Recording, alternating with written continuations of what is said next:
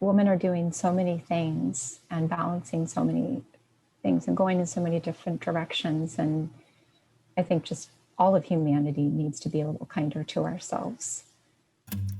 You're listening to the Woman of Value podcast. You are about to hear the story of a woman who is following her dreams and passions and creating positive change in the world. My guest today is Juliana Parker. She is committed to helping people find the healing power of being kind to yourself. She has handed out over 2,000 Be Kind to Yourself cards, and she wants to share them with as many people as she can. She has worked in the community college system as a counselor for 20 years, and she feels honored to do this work. She's here with me today to talk about the power of being kind to yourself. So let's start with, what does a woman of value mean to you? I took quite a bit of time to think about this, and it really reflected how that's evolved for me over time. As women, different stages of our life, different challenges, developmental phases. And I think for me, at the age of 47, woman of value really means understanding our power and not being afraid to express our power, in the sense of express our feelings, express our wants, and know that we have a voice. One of my favorite quotes by Brené Brown is, "Clear is kind." So being clear about how we feel about things and about what we want. And I know wholeheartedly that for many decades of my life, I didn't do that. So now at this stage, I just feel a lot more confident, a lot more secure of who I am and my value. I love that. I am a big fan of Brené Brown, and I'm a big fan of having a voice and Yes. and being clear. I mean, so many of us are afraid to speak clearly, to really say what we mean, and just we end up being massive people pleasers and try to accommodate other people, and we lose ourselves. I mean, that's certainly what happened to me over my life, and I had to wake up at around your age, in my late 40s for sure. I started to realize you've got to own your power and own your value. So yeah. Did something happen that was a catalyst to having you have this kind of wake up? Well, that's the next question. What was that moment that had you really step into your value more? Sure. Well, I think there's two things that are major contributors to it. Number one is my work at the community college. I'm an associate professional clinical counselor, so I'm working towards licensure as a therapist. But for the past 15 years, I've worked exclusively with families who are attending our school as part of their welfare to work plan. So receiving more education to empower themselves and increase opportunities for themselves and their children. And with a lot of the parents I would work with, predominantly single women, our conversations would be about helping them learn how to have their voice, whether it was navigating through the Department of Social Services to advocate for what was right and the benefits for themselves and their children, or if it was in a college setting and teaching the students, the parents I would work with, if, let's say, they didn't feel that a grade was appropriate, learning how to speak up, reach out to a professor, and communicate and advocate for themselves. So I've been really inspired by the women that I've been able to work with for the past 15 years, in addition to the women that I worked with at the college, and being inspired by them and teaching them how to use their own voice. For many years, I, as a woman, felt this increasing pressure to be perfect. I have 3 children, so whether it was the perfect parent, keeping the perfect house, being the perfect daughter, you can pretty much think of it. And I had those expectations of myself. And I'll tell you, Sandy, it was so oppressive trying to meet that sense of perfectionism, because you can't be perfect. And I was kind of slowly losing myself and killing myself in that process of trying to maintain that perfectionism. And it wasn't the expectations I had of others. Thankfully, it wasn't that I expected my kids to be perfect or my marriage to be perfect. It was more internal, that I had to be perfect. And what really changed for me was my dad was diagnosed with Alzheimer's disease several years ago, and he ended up having Alzheimer's for 8 years and passing away from Alzheimer's disease. And it was the loss of my dad, in addition to I lost my dad, and then I had my third son all within that same year. So it was this loss of this person, then the birth of this new person. And they talk a lot about post-traumatic growth, right? Going through really difficult things that are so challenging. And you feel like your heart, like a watermelon, has been cracked open. And going through that experience of losing my dad, even though he'd been ill for many years, just really shifted things in me. I got to the point where I got so low that I just couldn't do the perfectionism anymore. I started to abandon it, and I started to realize how much it was controlling me, that perfectionism. And so over the past years, probably the past 9 years, has been a slow disentanglement, if you will, from the fingers, so to speak, the grasp of that perfectionism. And it's felt so much better. Wow. Yeah. No, I could totally hear that. And I can relate to so much of that too, because I think I also had unknowingly placed a lot of perfectionism on myself, which held me back from a lot of really rising up to my fullest self, because if it wasn't perfect, it wasn't going to happen. And I can only imagine how challenging it must have been for you to have watched your father go through Alzheimer's, which is such a tough disease, watching somebody lose who they used to be and become a different person and lose their memory, forget who you are some of the time. I mean, it's a really, really tough illness. And then having a child at the same time, which I imagine having your child be at the same time as you're losing your father also might have had some really positive consequences in your life. So can you talk about that? Like how was it having new life as you were losing your father? Sure. And that's such a great question, because at the time, my sister was also pregnant with her first child too. So, the new life, and it was hope for our family of these two new little people. For my mom, it was,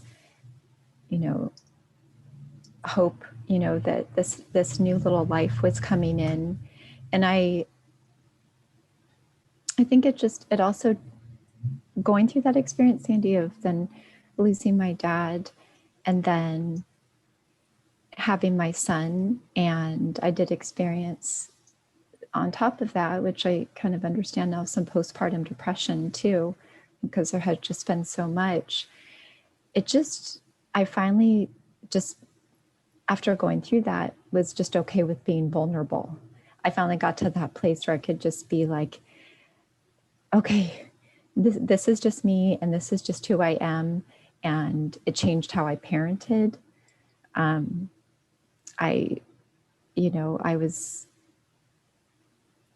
was just, I guess, more just raw, open, vulnerable. And I stopped kind of pretending everything needed to be perfect, which is what led me to kind of start the Be Kind to Yourself, design those cards and pass them out, because that was the message. I was talking to a good friend on the phone one day who's a nurse practitioner.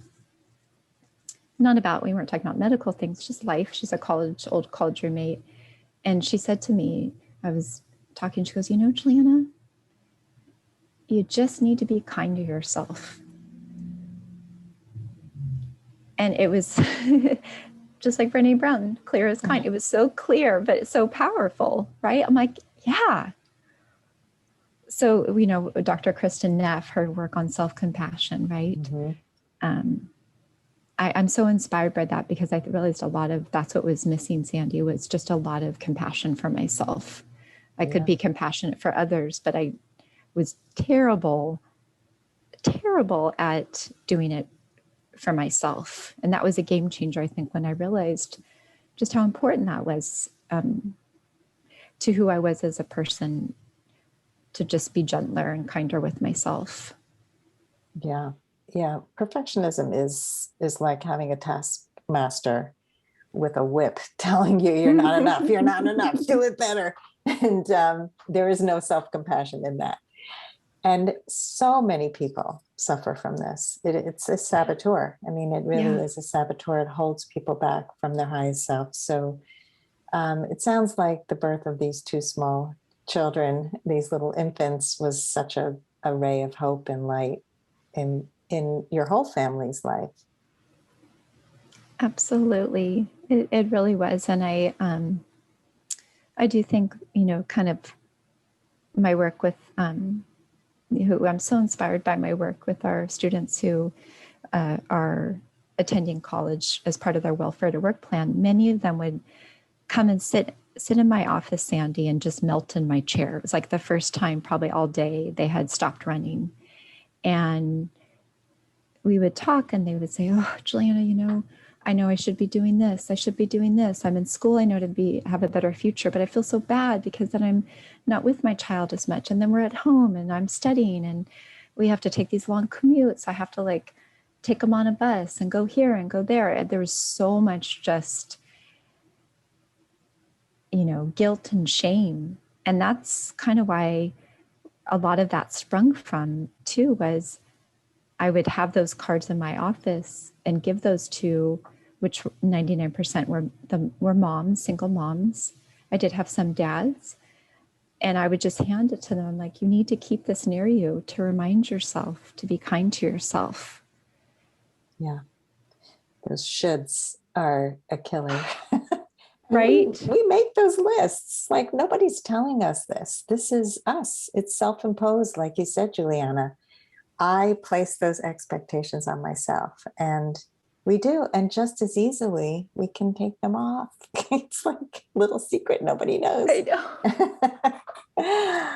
Yeah. Totally. I mean, my daughter has 3 small children and she lives far away, so I can't be there especially now during COVID. I'm planning a trip back to Israel where she lives. Oh. But she works really hard as a mom, and I have watched her not take care of herself as well as she can, and she should. And I can see the toll it takes. Like, when she's not in her self-care, she's exhausted, she's short-tempered, she's not eating well, she's not sleeping well, she's just, the whole thing. And I keep telling her, take care of yourself, take care of yourself. And it's like the mom says it doesn't really matter. She has to feel it and she has to know it. But I don't push, but I can see the toll because I'm on the outside. And so I love that you have these cards and you're dealing with people who are juggling a lot. It is really hard to be a single mom, really hard to juggle school, work, children. And often also I'm imagining that these people don't have the support that they could have. Like, they're not able to rely on other people. Is that something that happens a lot with these women? Absolutely, definitely. Their support network, like you said, it can definitely vary too. And like you, there's some family can be in another state, or maybe their current family doesn't maybe understand let's say, why they're going to school, their vocational goals, thinks they should just get a job and work. So puts pressure on them that way. So I think absolutely. And I always think too, like the self-care piece, like in my work, my clinical work as a therapist, you know, I give these cards to my clients too and have them keep it nearby. But, you know, that image of we can't wring water out of a dry sponge, right? You just can't, like your daughter, you just can't give and give and give and give. It's not feasible and it's not healthy. And, but I find though too, Sandy, maybe you see this too, so many women feel so much, you know, that maternal guilt and shame for taking time for themselves. Like, Yeah. oh, I don't deserve it, or oh, that means I can't handle it if I do something for myself. Yeah. Or spend money on myself, or, go out to eat and leave the kids with the babysitter. There's all that. And it's a really difficult thing. But I think, with hindsight, because I definitely did some things as a young mother that I would not do today.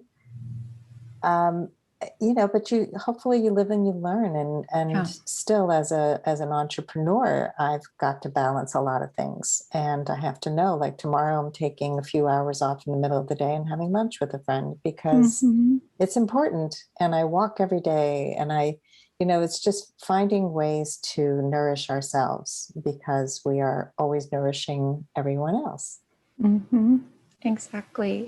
And speaking of the topic, the way that I really like to look at self-care too is, the micro self-care. It doesn't have to be these huge things because most of us don't have the time or the money. Really what it can be, these very personal, small little things, little golden nuggets that you do for yourself that just kind of add up through the day too, right? Like it doesn't have to be grandiose. It can be like you said, taking a walk or reading something that's inspiring, sitting outside for a few minutes. Like I like the aspect of micro because it feels like a little bite at a time. It's not a whole day because for some people that's not even possible. Mm-hmm. And yeah, I think a lot of people look at fun, recreation, self-care as these huge, I have to have a vacation to do this. And I did it today in the middle of my workday. I went outside for a few minutes because it's gorgeous out and the sunshine is incredibly nourishing. I went out to actually check the mail and I said, wow, I didn't realize it was so nice out. I'm going to stay out for a few minutes. And you're just having your coffee on the porch, just whatever it is, that it doesn't have to be spending money, doing your nails. I think a lot of people think of self-care as massage or expensive ways of taking care of ourselves. And it's not just spa day. It's every day, all day. It's stretching between, clients. It's doing the things that fill us up because we can be depleted. And especially in a field like yours, where you're giving and then you come home and you have children and you're giving again and give to your spouse and give to your friends, and who's giving to you? And if you don't fill that cup back up, you're giving from an empty cup, and that's not fun. Yeah, no, it definitely, and there have been, like I just mentioned, periods where I have felt that burnout or the compassion fatigue, and I have really had to check myself professionally, right? Was I doing enough to support myself to be the very best that I can? And I'm only human. I'm not saying I'm supposed to be like this perfect robot of just compassion, but like to make sure that I'm taking care of who I am because I value my work so much. It's really important to me. It's my passion. So it's supporting my passion. Yeah. And also you're a role model for other women. And if you're burnt out and saying, hey, be kind to yourself, and you're not kind to yourself, that's not good. Oh, that's true. That's a little bit of it's not very convincing. They're like, wait a second, maybe you need to practice what you preach a little bit. I'm a wet rag, but you should be kind to yourself. Yeah. It's like, for me, one of the biggest things after my divorce was modeling what I wanted my children to do in their lives, because if they didn't see me setting boundaries, speaking up, practicing self-care, then how can I expect them to do that? So they watch everything you do, and and it's just so important. I think people need to hear this conversation.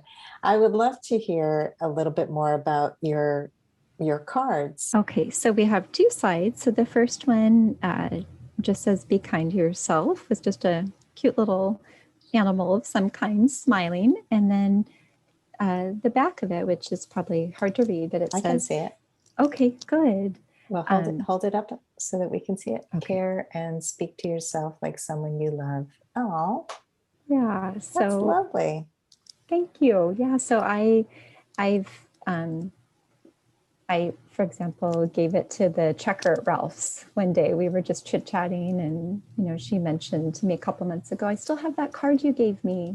Thank you for reminding me. To my students, to my clients, to neighbors. We went on a trip to New York a couple of years ago, pre-COVID, and so I was able to leave them on some of the subways. And what I would love to do is, if people feel comfortable, I'm kind of like I said on this one woman little mission to pass them out to people, just to encourage that concept of being kind to yourself. So I'm happy to mail some to anybody who feels comfortable sharing their address with me. I'd be happy to mail you some, no strings attached, just send you a little envelope full of a few. But the instructions are you have to keep a few and then pass a few to people in your life, just to kind of keep the ball rolling. Oh, I love that. So keep a few and send out a few. Exactly. So how can people reach you if they want to send you their address? Oh, sure. So probably the best way would be through my website, which is julianaparkerapcc.com, or my email as well, which is on there. I'm happy to give my email too. Like I said, I won't enroll you. I'm not going to send you anything. You'll just magically get cards in the mail one day. It's just really for that purpose. And I have passed them out to some, different locations. So yeah, so my website or email would be definitely the best way to do that. And what's the email that people should use? Juliana Parker, APCC at gmail.com. APCC at gmail. Mm-hmm. Great. So we'll have that in the show notes. And so your future is really about making sure that the whole world gets these cards. Is that your vision? I would love that. I would love to spread it to as many people as possible, because it was life-changing for me. Just the simplicity of that statement, be kind to yourself, and really to help empower other women, just to know that they're valuable, and that women are doing so many things and balancing so many things and going in so many different directions. And I think just all of humanity needs to be a little kinder to ourselves. Our brain is amazing, right? But our brain can kind of turn on us. I share that with clients, like the tumbleweed thing. You can kind of start spiraling and kind of going, and it's well-intentioned. It's designed to keep us safe and away from harm and danger. But our brain can get a little not so kind to us ourselves sometimes. A lot of times. A lot of times. Look how many decades you lived in that perfectionist space. I mean, I would say that most people live in some type of inner critic voice that's coming in constantly without even being aware. One of the first things I do with my clients is have them take a saboteur assessment. I studied, there's a course for coaches called Positive Intelligence. And on the person who created this course, Shirzad, and I don't know his last name, but he created the saboteur assessment. So basically the course identifies 10 different ways that our saboteur or inner critic shows up, and ways to counteract the saboteur through finding your sage self, your highest self. And one Oh. of the ways we do that is to find a picture of ourselves as a young child when we were still innocent and beautiful and wonderful before we got messed up with all the terrible thoughts that we put in place. And to give love back to that little child within us, and to really, some people don't even have a picture that's smiling. It's a sad picture of a Mm. person who wasn't given the love they needed. And so we can reparent and give the love and compassion back to ourselves by looking at this innocent little part of us that never got everything she needed or he needed. And Mm. so it's really it's a beautiful program, and I use parts of it in my coaching now. And I love the saboteur assessment because it will identify like percentages of where you fall in the Mm. saboteur, the different saboteurs. And so one of them is people pleaser, one is controller, one is the stickler, the overachiever, the hyperachiever, and we don't realize that overachieving is a Mhm. saboteur. It's that again, that taskmaster, or the stickler is everything you have to like be perfect and dot every I. And so they're all kind of parts of a bigger saboteur, which is the judge or the inner critic. Mhm. Mhm. And when you get into that granular level, it's really helpful because when you're talking to somebody, quickly realize, okay, that's the stickler showing up, and let's pull it out and look at it. What is that stickler trying to tell you now?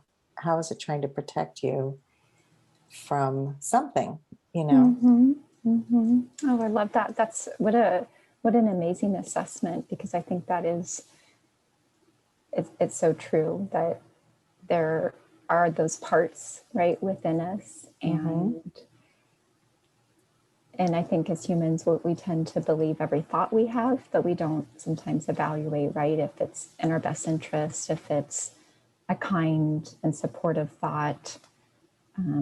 So I love that assessment. That must be powerful for your clients when they see their results and see kind of which type of the 10 they tend to lean more towards. Yeah, it's really powerful. And anybody can take this. You don't have to have taken the course. So you can just go Mm. on the Positive Intelligence website. I don't know it offhand, but if you Google positive intelligence, the saboteur assessment comes right up. And then they'll give you like a very detailed analysis of those saboteurs. And it's really, really helpful. And you can bring it to a therapist or to a coach or whoever you're working with to really go deeper into unlocking the greatness within you. Right, right. I love that. And it does also make me think, too. I know that a lot of individuals struggle to, is that imposter syndrome, too? I know I'm kind of doing a little detour, opening a different can of worms, so to speak. But, I think it just boils down to that lifelong process of trying to find our authentic voice and who we really are, and not feeling limited, and Mm-hmm. feeling confident, and being okay to say no, being okay to say yes if we want to do it, Yeah. not worrying about, like you said, the people pleasing, but it takes a while. It takes a lot of, I think, a lot of patience, a lot of repetition of to set those boundaries with Yeah, others. for sure. I mean, I teach a whole course on boundaries, and we're breaking it up into mini courses because it was an 8-week program. And we've realized that a lot of people just want to take a course on how to say no, a course on how to stop being a people pleaser, a course on codependency. So it's so many pieces go into being a healthy person, especially if you weren't modeled, healthy self-care, healthy communication.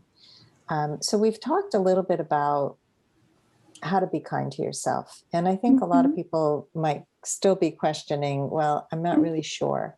So you Mm-hmm. talked about self-care. Can you share any other ways that people can be kind to themselves? Mm-hmm. Sure. Well, I think really evaluating the voice in your head as well too.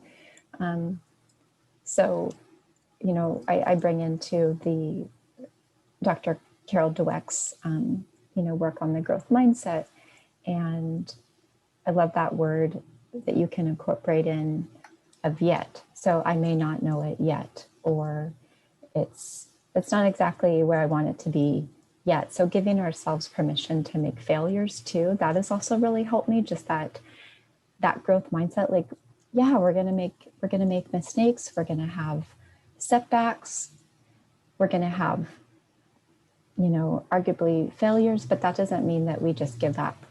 So I think a lot of that, being kind to yourself too, is just like kind of just like keep going. Like at the college, I taught for 4 years in addition, and I would talk to my students about that. It was a class on career exploration, goal setting, learning about your interests, skills, values, personality, all that good stuff. It was a really wonderful class, and I would talk about that. You have to keep moving.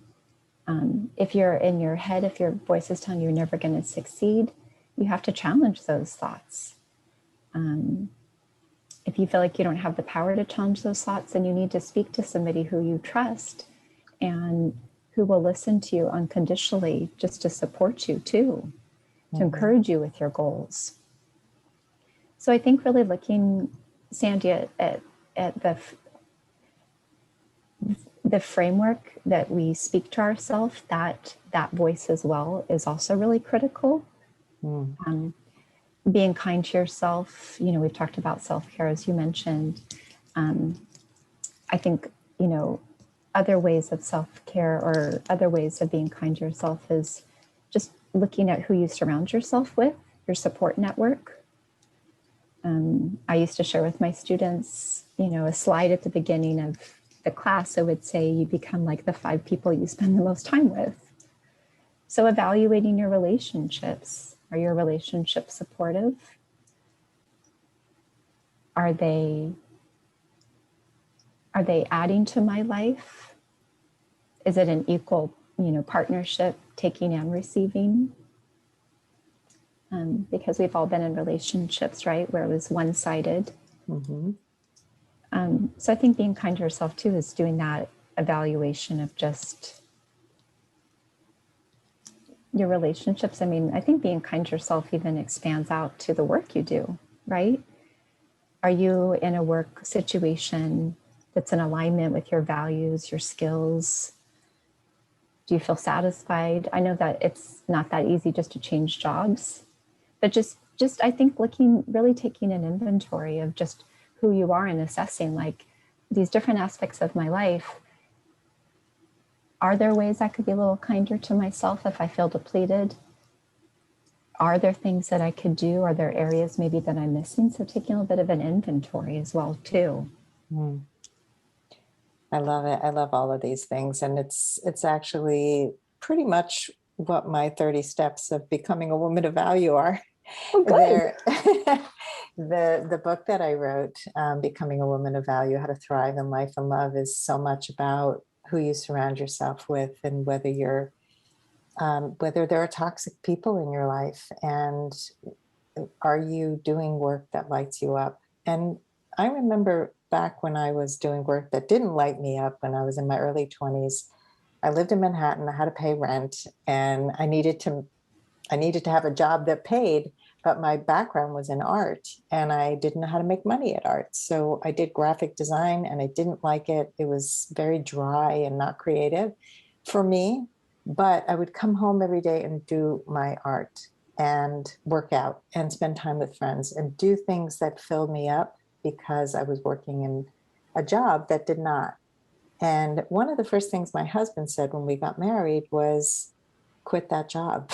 He was like, that job is not showcasing your talent. It is not, you can never be who you want to be.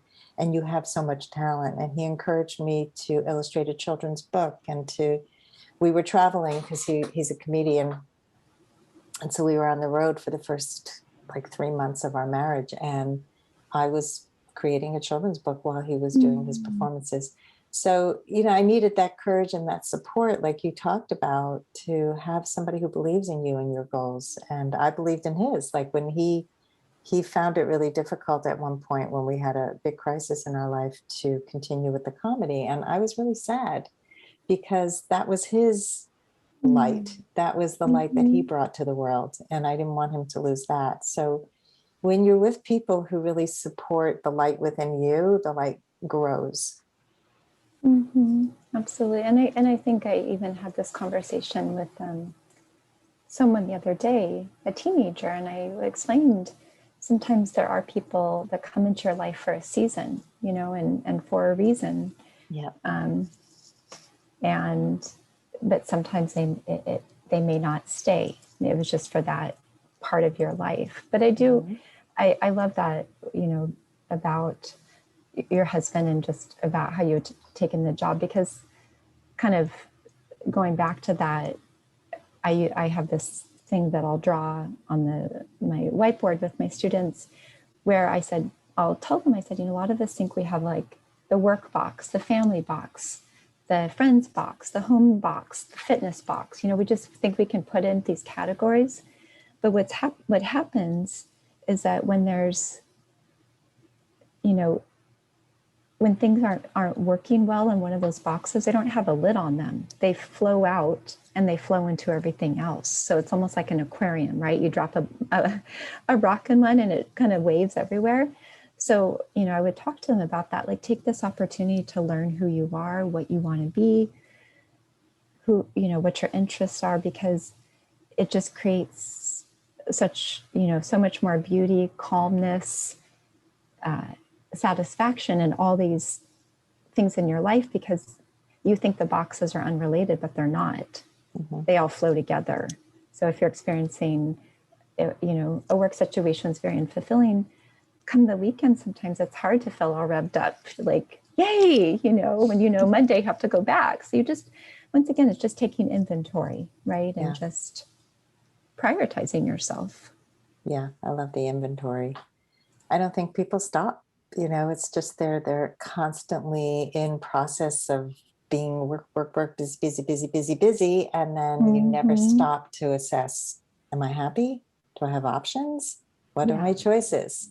And we always have choices. We may be limited in our choices in terms of finance or something. But even I remember after my divorce, I didn't have a source of income that was steady. I had to rebuild a lot of things.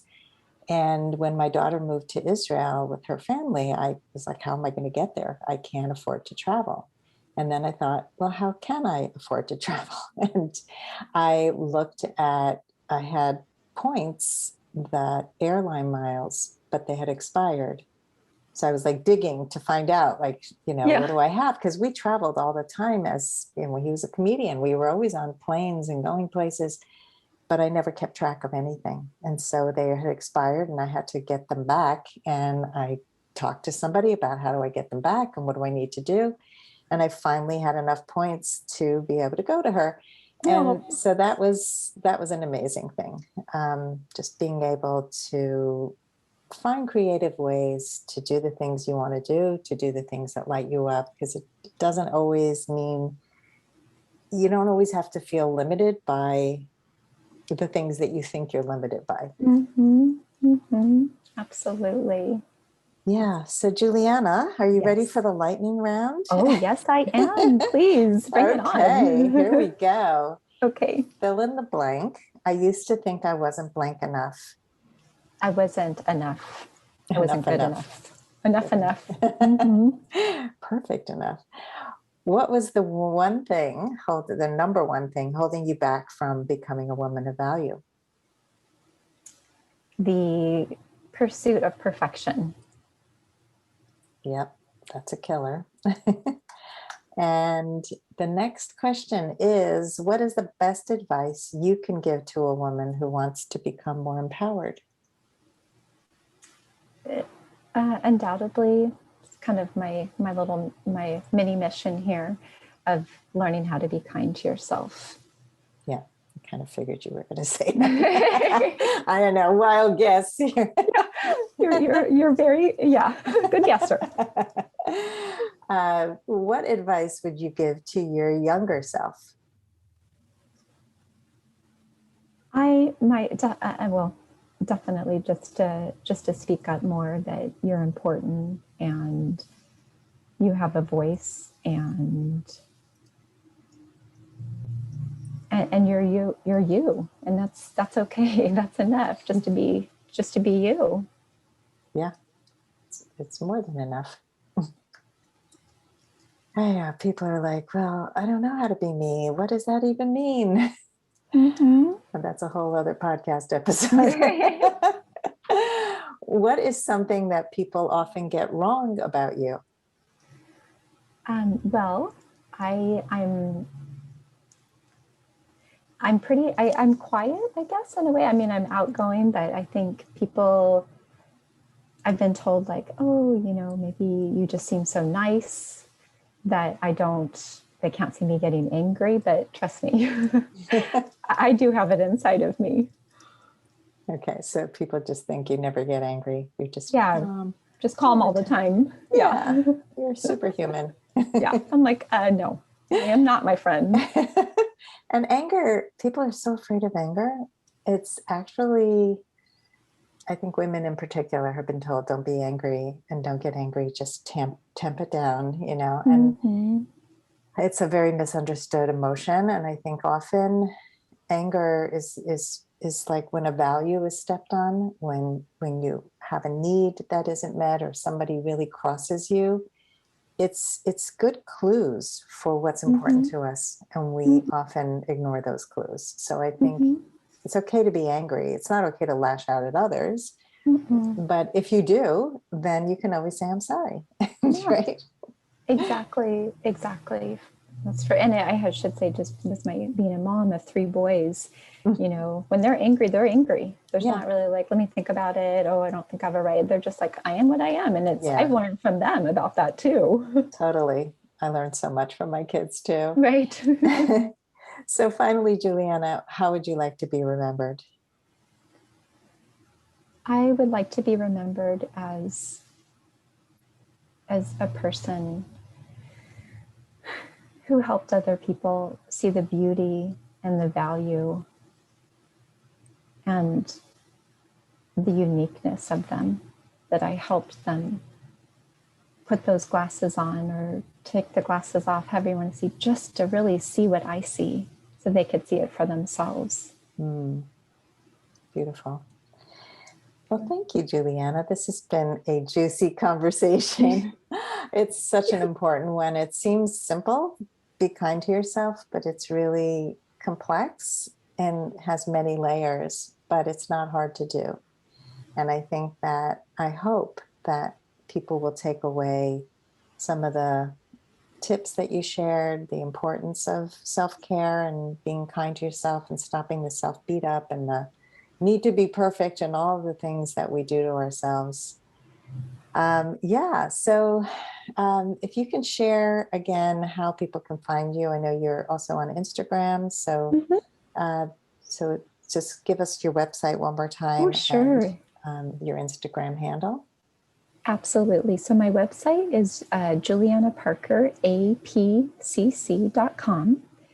And my Instagram handle is Juliana Parker, APCC.